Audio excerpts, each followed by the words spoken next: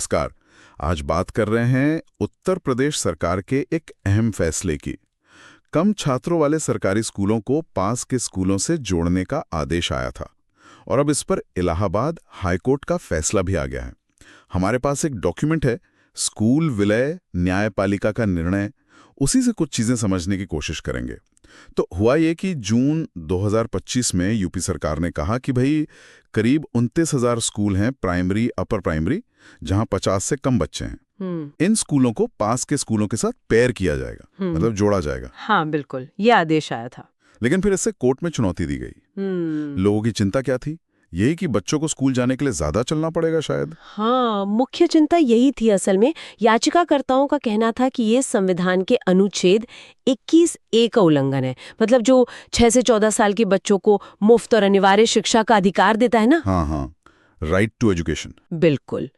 तो उनका तर्क था कि अगर स्कूल पेयर हो गए तो हो सकता है बच्चों को 1 किलोमीटर से ज्यादा चलना पड़े, और ये उनके अधिकार के खिलाफ है। ये बात तो सोचने वाली है, खासकर छोटे बच्चों के लिहाज से तो ये काफी अहम मुद्दा है। तो कोर्ट ने क्या कहा इस पर? क्या रुख रहा कोर्ट का? देखिए, ये मामला इलाहाबाद हाई कोर्ट की लखनऊ बेंच में गया। हाँ। जस्टिस पंकज भाटिया की सिंगल बेंच थी। उन्होंने पहली बात तो ये साफ की कि सरकार स्कूल बंद नहीं कर रही है। ये क्लोजर नहीं, पेयरिंग है। मतलब 2 यूनिट्स को साथ लाना। अच्छा। बंद करना और जोड़ना, इसमें फर्क है जी। और कोर्ट ने कहा कि इसके पीछे मकसद अच्छा है। मकसद है कि जो संसाधन हैं उनका बेहतर इस्तेमाल हो सके। संसाधन मतलब? जैसे टीचर्स। हाँ। या मान लीजिए किसी स्कूल में अच्छी डिजिटल सुविधाएं हैं, कहीं अच्छा खेल का मैदान है, लाइब्रेरी है। हाँ। तो जब स्कूल पेयर होंगे तो ये चीजें शेयर हो सकती हैं, दोनों स्कूलों के बच्चों को फायदा मिल सकता है ना। हाँ, ये बात तो समझ आती है, रिसोर्स ऑप्टिमाइजेशन। लेकिन वो दूरी वाली बात, 1 किलोमीटर वाली चिंता। हाँ, उस पे भी कोर्ट ने अपनी राय दी। कोर्ट ने कहा कि ये जो 1 किलोमीटर की दूरी की बात है, इसे संविधान में लिखी कोई पत्थर की लकीर नहीं माना जा सकता। मतलब ये कोई हार्ड एंड फास्ट रूल नहीं है। ओके। कोर्ट के हिसाब से सरकार का ये फैसला पूरी तरह संवैधानिक है और ये राष्ट्रीय शिक्षा नीति 2020 के मुताबिक भी है। सबसे बड़ी बात, कोर्ट ने माना कि इस पेयरिंग से किसी भी बच्चे को शिक्षा से वंचित नहीं किया जा रहा है। तो मतलब कोर्ट ने याचिकाएं खारिज कर दी? जी हाँ, 7 जुलाई 2025 को ये याचिकाएं खारिज हो गईं और सरकार की पेयरिंग स्कीम को एक तरह से हरी झंडी मिल गई। अच्छा, तो ये लगभग 29,000 स्कूल, बहुत बड़ा नंबर है ये तो। और ये सब हुआ भी बड़ी तेजी से। 16 जून को आदेश आया और 3 से 7 जुलाई सुनवाई चली और फैसला भी आ गया। हाँ, प्रक्रिया तेज रही। सरकार का घोषित लक्ष्य क्या था इसके पीछे? सिर्फ संसाधन बेहतर करना या कुछ और भी? नहीं, डॉक्यूमेंट के हिसाब से कई लक्ष्य बताए गए थे।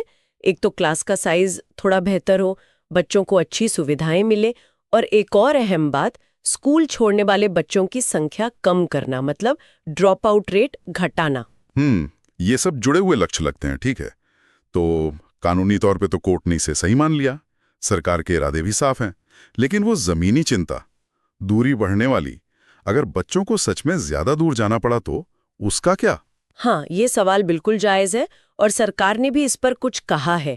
दस्तावेज में लिखा है कि जहां भी इस पेयरिंग की वजह से दूरी बढ़ेगी, वहां चुनिंदा तौर पर बस या ट्रांसपोर्ट की सुविधा दी जाएगी।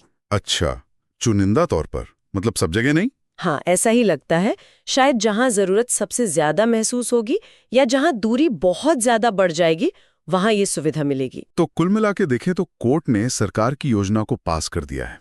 फोकस संसाधनों के बेहतर इस्तेमाल पर है और दूरी की समस्या के लिए ट्रांसपोर्ट का एक सीमित समाधान दिया गया है। बिल्कुल, पर यहाँ से एक बड़ा सवाल जरूर उठता है आगे के लिए कि ये जो पूरी पेयरिंग की योजना है, ये जमीन पर लागू कैसे होगी, वो ज्यादा अहम है। हाँ, असलियत में कैसे काम करेगी? वही, खास तौर पर ये जो ट्रांसपोर्ट की सुविधा की बात है, ये कितनी कारगर होगी, और स्कूलों के बीच ये संसाधनों का बंटवारा, क्या ये वाकई में ठीक से हो पाएगा?